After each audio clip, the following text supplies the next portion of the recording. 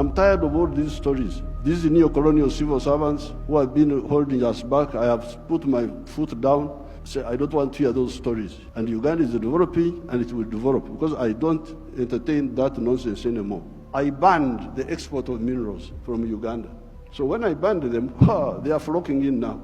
They have opened 7 gold refineries. This is a small extract of one of the most raw and unapologetic speeches you will ever hear from an African president. Listen carefully to everything he is talking about, because the amount of wisdom in it is mind-blowing. The crisis which is in Africa today is because of philosophical, ideological, strategic, economic mistakes, which we have been talking about since the 1960s. This is not an accident. Aid has been for profiteering. This has been the problem. Now, the World Bank people and other groups have been talking of sustainable development. Even in your documents, I have seen those words there. I am now going to be 80 years old. Africa does not need sustainable, you could call it sustainable underdevelopment. Africa needs socio-economic transformation. The main reason why there is no growth is because the growth factors are not funded. They are not even understood. What are the growth factors?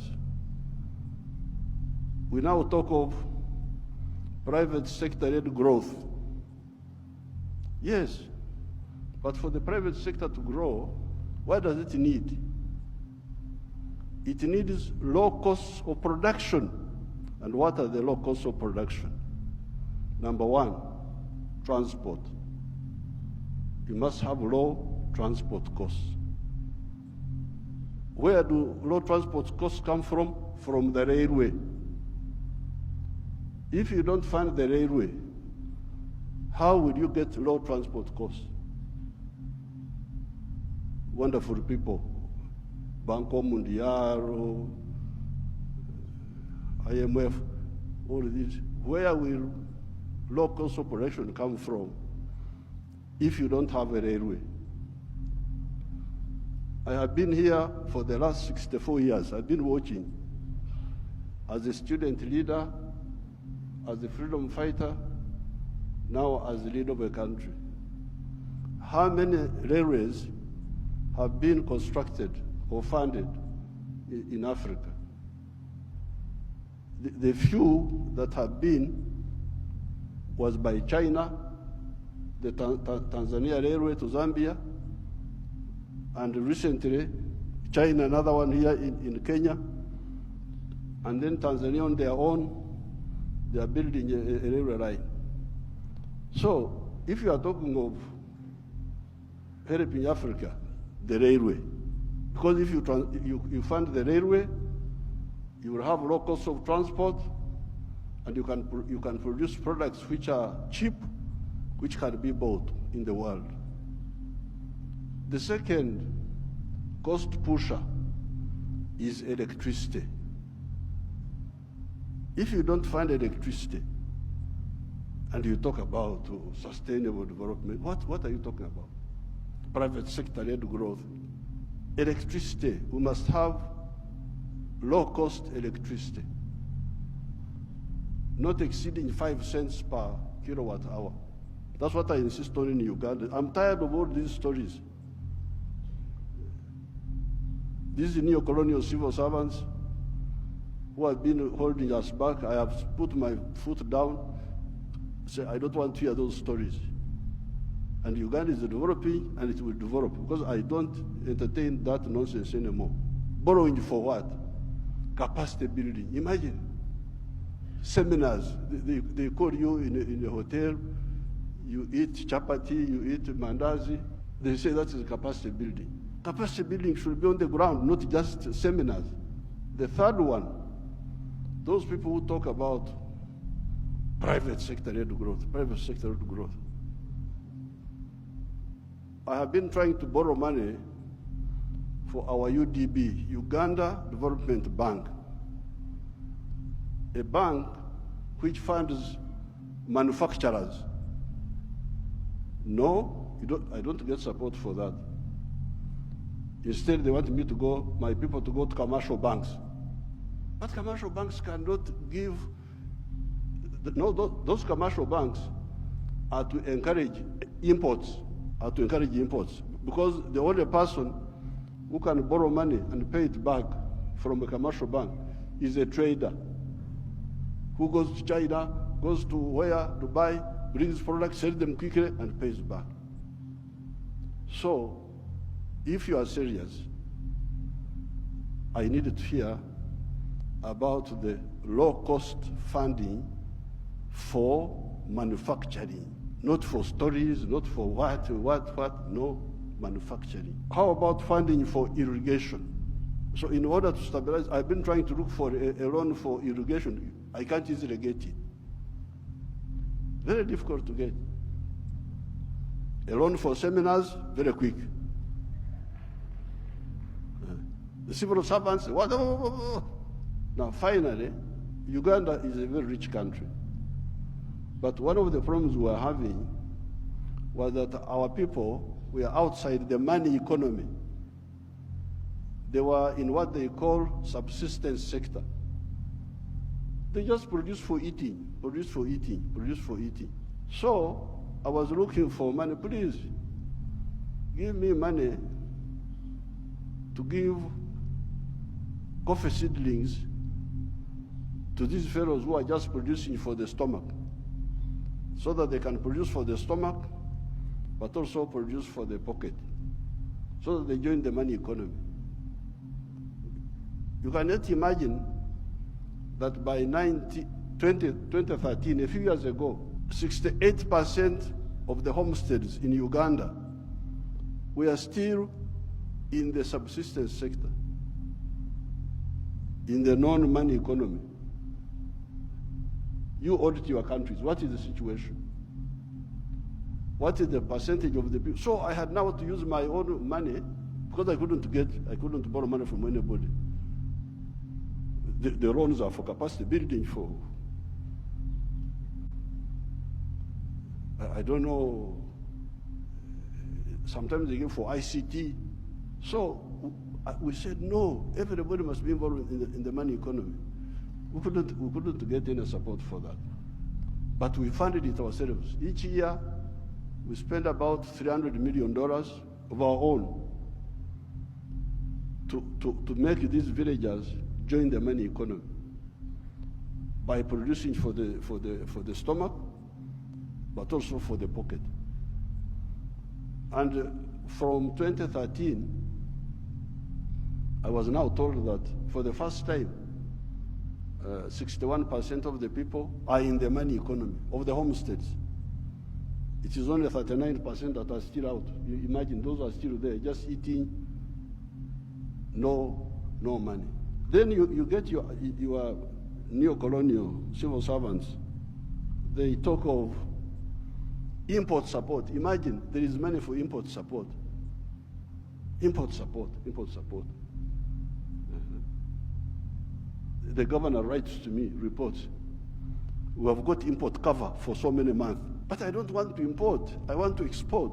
Why don't you tell me about import substitution and export promotion? Instead you are telling me of import support. So money is available for to become more dependent.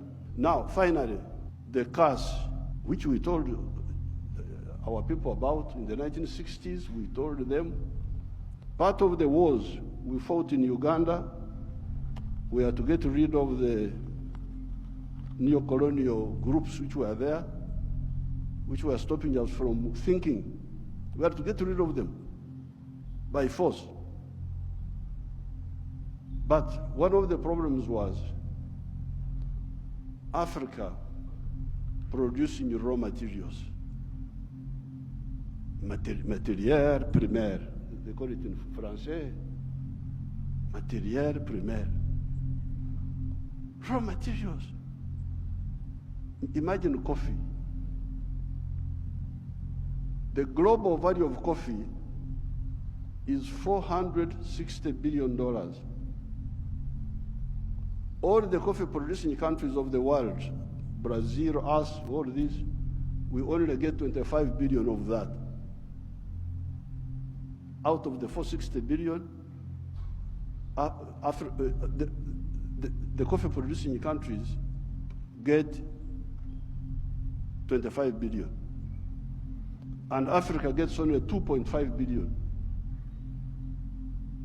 900 million of that comes to Uganda because Uganda produces a lot of coffee. A country like Germany, which has no coffee, earns $65 billion from coffee. So, I sell a kilo of coffee, good grade coffee, $2.5. Somebody in London will get $241 from that 1 kilo. Okay, there are other costs on the way. I don't want to, because he's the owner of a restaurant and so on. But coffee roasting, coffee grinding, coffee packing must happen here in Africa. It must happen at source. The shirt I'm putting on is Ugandan cotton. I don't put on foreign clothes. It's only the trousers I'm putting on because I can't go naked. Because they have not solved that problem for me. So, if you look at cotton, how many job levels are there? Job levels. You grow the cotton. Okay, that one we do. Those jobs we do. We gene the cotton. Kutoa mbegu, remove the seeds. That one we do here. And we end there. When you hear all these countries which have got crisis, Burkina Faso, I don't know what, Mali, all of them are cotton growing countries. But how much textiles are they producing? They're importing textiles, I don't know from where. So now if you end at level 2, gening, removing the seeds, then you take the pamba, you take the cotton. To cleverer people who are clever, they take the cotton, they spinning, more money, more jobs for their children. They weave, more money, more jobs for their children.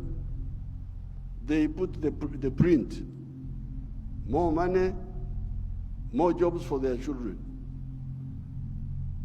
I looked at the figures.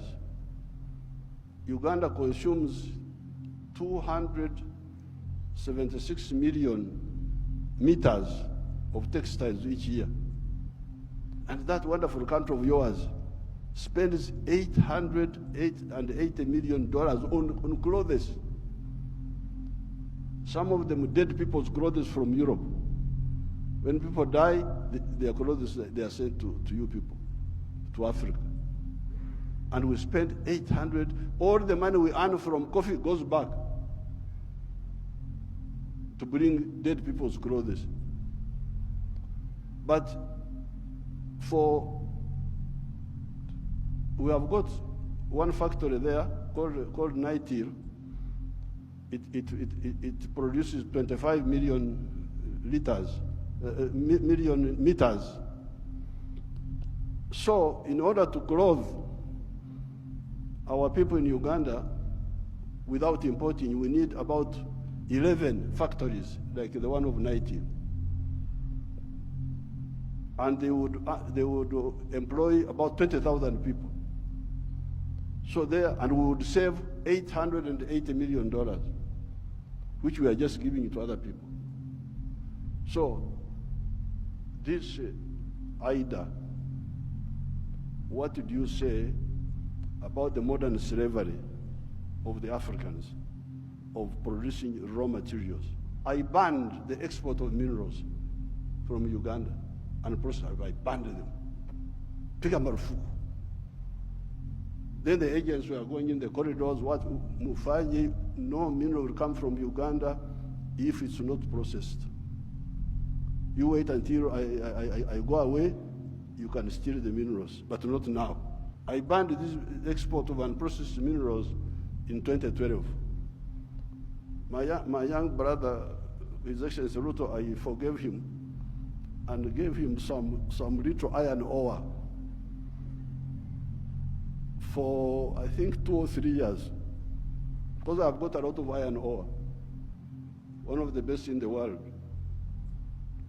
I told him, His Excellency Ruto's man, Muhindi wa hapa Kenya, you come and build the steel factory in Uganda at the iron ore.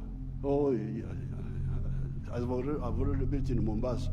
So I said, okay, because of my young friend, I give you some iron ore for 2 or 3 years, but come and put the factory here. Now you can imagine akili ya watu wenu, my civil servants. An Indian wanted to take that iron ore to India. Imagine, iron ore in our language is called obtare, but it is soil, black soil. If you see it, it is soil. To take that to India and do what? Pay your wonderful people $47 per ton. Our iron ore is the purest in the world. It is 70% pure. So you need like 1.5 tons to make a ton of steel. Now, a ton of steel costs $700. Somebody gives you $47 on your wealth, the wealth of your people, and he gets $700 from it. And all the jobs, your children have no jobs. Watoto wa Wahindi wanapata kazi. I can't be part of that treachery. So I banned, there will be no export of unprocessed minerals from Uganda. So there's no business. What do you mean there's no business? So when I banned them, they are flocking in now. They have opened 7 gold refineries. 7 gold refineries, they are there. Because I banned. The other day I was opening a tin refinery. But all this time, imagine, since the British were here, they were taking, walikuwa wanachukua mawe tu, stones, because tin in nature is a stone, looks like a stone. So they take that, and they give my people $11 per kilo. And they take it to cleverer people. For the cleverer people, they get $32. My people got 11, those people get $32. And all the jobs. So when I was opening the factory, I was asking the refinery, I was asking them, this boy who opened the factory is a Canadian. I was asking them, huyu Mkanada ameleta umeme wake. Has this Canadian brought his own electricity? No. Anatumia umeme wa kwetu. Ameleta maji yake ya factory? No. Anatumia maji yetu. Internet anatumia ya nani? Ya kwetu. So, out of the $32, much of that money will remain in Uganda. Pay for the raw material, pay for the electricity, pay for the water, all that remains in Uganda. So, what does, first of all, my African brothers and sisters say about this hemorrhage of Africa? This hemorrhage must stop. The crisis you see in these countries is because of stagnation of the last 60 years since independence. The population is increasing, the economies are not increasing. What do you expect? Listen, so I admire the boldness and wisdom of the president of Uganda. He's basically pointing out that African leaders need to rethink the frameworks guiding their country's growth and to take responsibility and create real change for their respective nations. Museveni also emphasized that low transport and electricity costs are critical to economic growth and that railways and cheap electricity should be Africa's priority to reduce production costs, making local products competitive on the global market.